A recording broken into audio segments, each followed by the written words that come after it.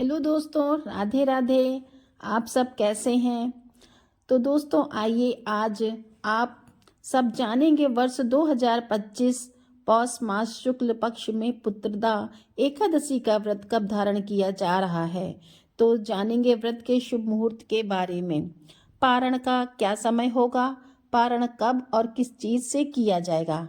तो आइए जानते हैं इन सब के बारे में। पुत्रदा एकादशी का व्रत वर्ष में 2 बार मनाया जाता है।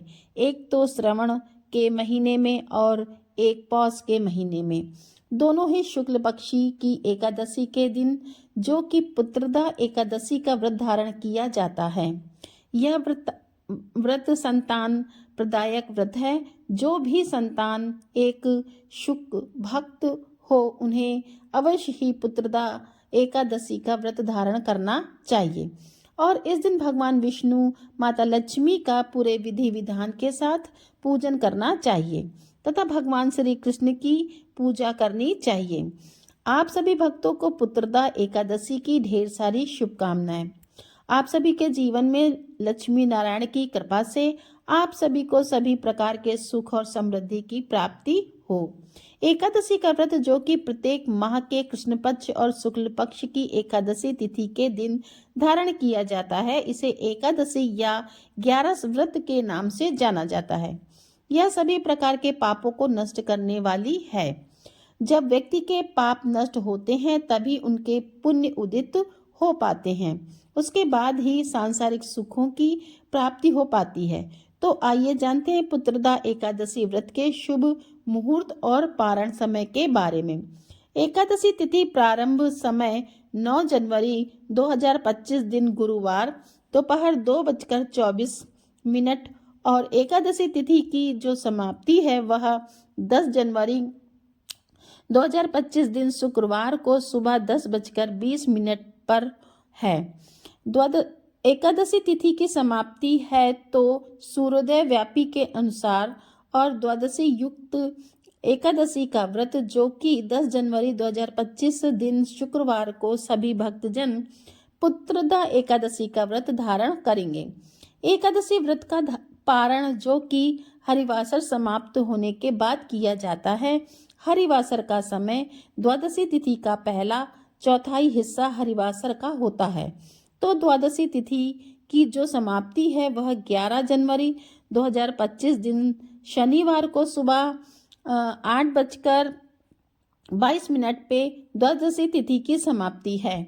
तो पारण का समय 11 जनवरी को सुबह 7:15 से सुबह 8:21 तक पुत्रदा एकादशी का पारण किया जाएगा। इस व्रत का पारण गोमयेन पारम यानी कि गाय के गोबर से व्रत का पारण है। यह संभव न हो पाए तो आप जल, फल या तुलसी दल से व्रत का पारण करें। अगर आपको इसी दिन दूसरा व्रत भी धारण करना है तो फल से व्रत का पारण करके आप उसके बाद अगले व्रत को शुरू कर सकते हैं।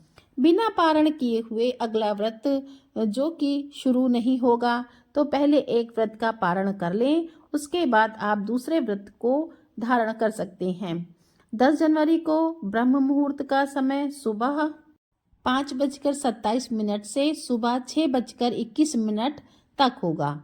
सूर्योदय का समय सुबह 6:46, सूर्यास्त शाम 5:26 और राहु काल का समय 10 जनवरी को सुबह 10:45 से दोपहर 12:05 तक होगा। 11 जनवरी को सुबह 9:25 से सुबह 10:45 तक राहु काल का समय होगा।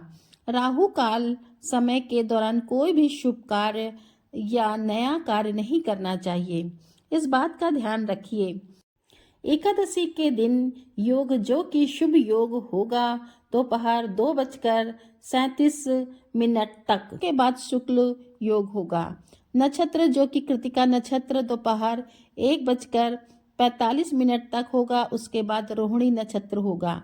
इस दिन भगवान का पूरे विधि विधान के साथ धूप, दीप पुष्प आदि से पूजा करें, भगवान को तुलसी दल अर्पित करें, काले तिल चढ़ाएं, अनेक प्रकार का नैवेद्य भगवान को अर्पित करें। इस मौसम में जो भी फल मिल जाए वह भगवान को चढ़ाएं और गुड़ तथा तिल मिश्रित भोग भगवान को लगाएं। इस व्रत में तो बड़ा ही पुण्य फलदायी होगा। जब भी भोग लगाते हैं तो तुलसी दल डाल करके ही भगवान को भोग लगाना चाहिए। उसके बाद फिर जल से आचमन करवा करके द्रव्य दक्षिणा चढ़ाएं और मुख शुद्धि के लिए पान पत्र सुपारी लौंग इलायची के साथ अर्पित करें। इसके बाद फिर एकादशी व्रत का कथा श्रवण करें। भगवान विष्णु के स्तोत्र चालीसा आदि का पाठ श्रवण करें। इस प्रकार एकादशी तिथि के दिन सुबह शाम भगवान का पूजन करके रात्रि जागरण करते हुए समय को व्यतीत करें और द्वादशी की सुबह उठ करके स्नान करके शुद्ध वस्त्र धारण करके भगवान का पूजन आरती कर लें।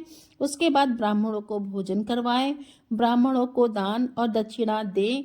समय के अनुसार फिर व्रत का पालन करें। इससे अनंत पुण्य फलों की प्राप्ति होती है। व्यक्ति के सभी प्रकार के पाप और ताप नष्ट होते हैं। संतान इच्छुक भक्त को संतान लाभ की प्राप्ति होती है तथा अंत समय में भगवान विष्णु के धाम की प्राप्ति होती है। तो दोस्तों, आशा करती हूँ कि आपको यह जानकारी अच्छी लगी होगी और मेरे वीडियो को लाइक करें, कमेंट में राधे राधे लिखें और चैनल को सब्सक्राइब करें।